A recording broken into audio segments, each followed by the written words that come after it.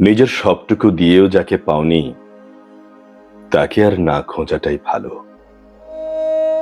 যে phone call message অবহেলায় বন্ধ করে দিয়েছে, সে ফোন কল মেসেজের অপেক্ষার না থাকাটাই ভালো।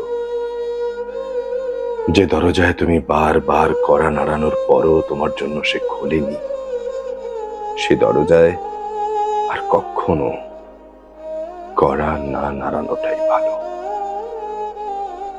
যার পেছনে পাগলের মতো ছুটছ, সে সবটুকু জানার পরও যখন তোমায় বারবার পথে ছুঁড়ে ফেলছে, তার পেছনে আর না ছোটাটাই ভালো।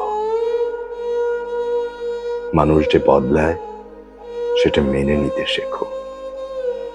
নিজেকে বদলাও। তুমি নিজেকে যতক্ষণ বদলাতে না পারবে ততক্ষণ নিজেকে কোনোভাবেই ভালো রাখতে পারবে না।